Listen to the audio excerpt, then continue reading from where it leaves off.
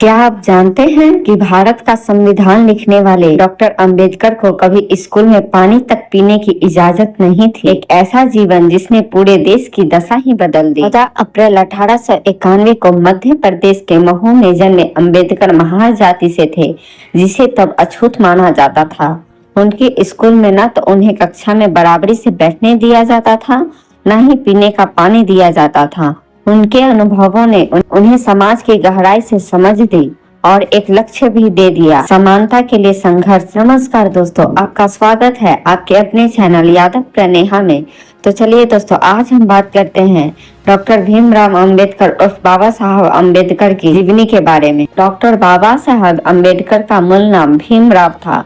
उनके पिता श्री रामजी वल्द मालोजी सकपाल महू में ही मेजर सूबेदार के पद पर एक सैनिक अधिकारी थे। अपनी सेवा के अंतिम वर्ष उन्होंने उनके धर्मपत्नी भीमाबाई ने काली पलटन स्थित जन्मस्थली स्मारक की जगह पर विद्यमान एक बैरक में गुजारे। सन 1891 में 14 अप्रैल के दिन जब रामजी सूबेदार अपनी ड्यूटी पर थे, 12 बजे यहीं पे भीमराव का जन्म हुआ था। कबीरपंथी पिता और धर्मपरायण माता की गोद में एक बालक आरंभिक काल अनुशासित रहा। दोस्तों, बालक भीमराव का प्राथमिक शिक्षण दापोली और सतारा में हुआ। मुंबई के एल्फिस्टन स्कूल से वह 1907 में मैट्रिक की परीक्षा में पास हुए। इस अवसर पर एक अभिनंदन समारोह आयोजित किया गया और उसमें भेंट के स्वरूप में उनके शिक्षक श्री कृष्णा जी अर्जुन लूकर ने लिखित पुस्तक बुद्ध चरित्र उन्हें प्रदान किया। बड़ौदा के नरेश सयाजी राव गायकवाड़ की फेलोशिप पाकर भीमराव ने 1912 में मुंबई विश्वविद्यालय से स्नातक की परीक्षा भी पास की। पिछली जाति के होने के कारण संस्कृत पढ़ने पर मनाही होने के वजह से उन्होंने फारसी लेकर काफी अच्छे नंबरों से उत्तीर्ण हुए। के बाद जो है बीए के बाद उन्होंने एमए के अध्ययन हेतु बड़ौदा नरेश सयाजी गायकवाड़ की पुनः फेलोशिप पाकर वह अमेरिका के कोलंबिया विश्वविद्यालय में दाखिल हुए थे। सन 1915 में उन्होंने स्नातकोत्तर की उपाधि की परीक्षा पास की। इस हेतु उन्होंने अपना शोध प्राचीन भारत का वाणिज्य लिखा था। उसके बाद 1916 में कोलंबिया विश्वविद्यालय में अमेरिका से ही उन्होंने पीएचडी की उपाधि भी प्राप्त की थी। उनके पीएचडी शोध का विषय था ब्रिटिश भारत में प्रांतीय वित्त का विकेंद्रीकरण।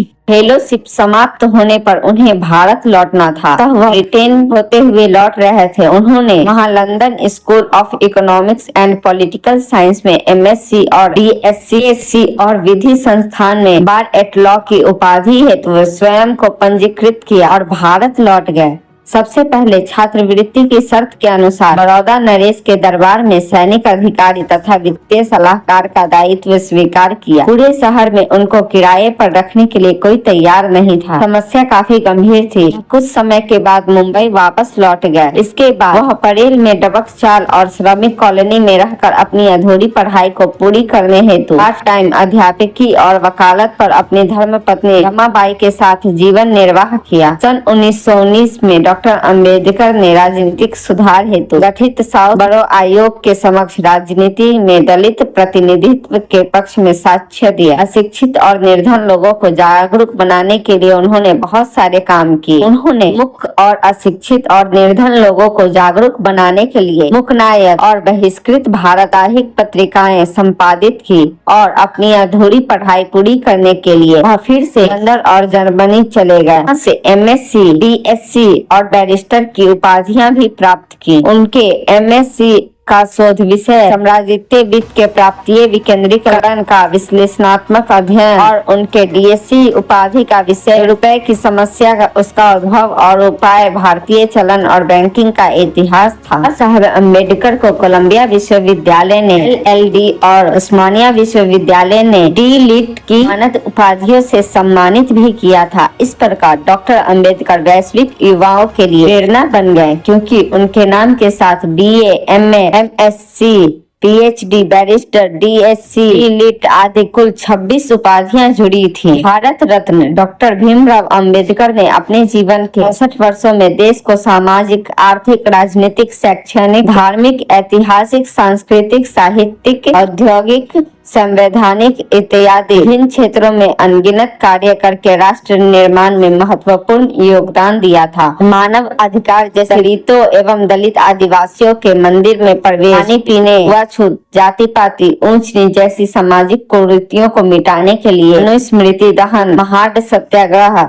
नासिक सत्याग्रह, येवला की गर्जना जैसे आंदोलन भी चलाए थे। बेजुबान, शोषित और अशिक्षित लोगों को जगाने के लिए 1927 से 1956 के दौरान मुखनायक, हिस्कृत भारत, समता, जनता और प्रबुद्ध भारत नामक 5 साप्ताहिक एवं पाक्षिक पत्र पत्रिकाओं का संपादन भी किया। कमजोर वर्गों के छात्र छात्राओं को छात्रावासों, रात्रि स्कूलों, ग्रंथालयों तथा शैक्षणिक गतिविधियों के माध्यम से अपने दलित वर्ग शिक्षा समाज के जरिए अध्ययन करने और साथ ही आय अर्जित करने के लिए उनको सक्षम बनाया। सन 1945 में उन्होंने अपनी पीपुल्स एजुकेशन सोसाइटी के जरिए मुंबई में सिद्धार्थ महाविद्यालय तथा औरंगाबाद में मिलिंद महाविद्यालय की भी स्थापना करवाई थी। बौद्ध वैज्ञानिक प्रतिष्ठा भारतीय संस्कृति वाले बौद्ध धर्म की 14 अक्टूबर 1956 को 5 लाख लोगों के साथ नागपुर में दीक्षा ली तथा भारत में बौद्ध धर्म को पुनर्स्थापित कर अपने अंतिम ग्रंथ बुद्धा एंड हिज धम्मा के द्वारा निरंतर वृद्धि का मार्ग प्रशस्त किया। उन्होंने समता, समानता, बंधुता एवं मानवता आधारित भारतीय संविधान को 2 वर्ष 11 महीने 17 दिन के कठिन परिश्रम से तैयार कर 20 नवंबर 1949 को तत्कालीन राष्ट्रपति डॉक्टर राजेंद्र प्रसाद को सौंप कर देश के समस्त नागरिकों को राष्ट्रीय एकता, अखंडता और व्यक्ति की गरिमा की जीवन पद्धति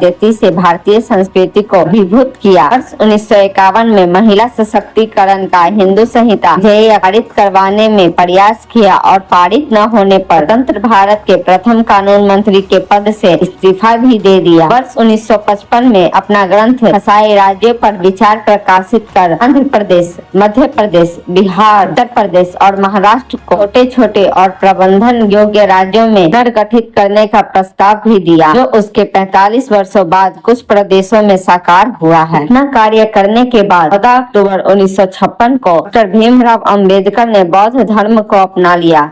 उन्होंने कहा, मैं हिंदू जन्मा हूँ लेकिन हिंदू मरूंगा नहीं। उनका सामाजिक विद्रोह था। जाति व्यवस्था के विरुद्ध एक शांतिपूर्ण क्रांति के साथ लाखों लोगों ने भी बौद्ध धर्म को अपनाया। डॉक्टर भीमराव अंबेडकर का जीवन हमें यही सिखाता है, अगर इरादे मजबूत हों तो कोई भी बदलाव संभव है। उनकी नीतियाँ और विचार इसके हर कोने में गूंजते हैं। न केवल संविधान के निर्माता थे बल्कि करोड़ों लोगों के लिए आजादी का नाम भी थे। दोस्तों, अगर आपको ये वीडियो पसंद आई हो तो प्लीज हमारे वीडियो को ज्यादा से ज्यादा लाइक करें, शेयर करें और चैनल को सब्सक्राइब करना बिल्कुल ना भूलें।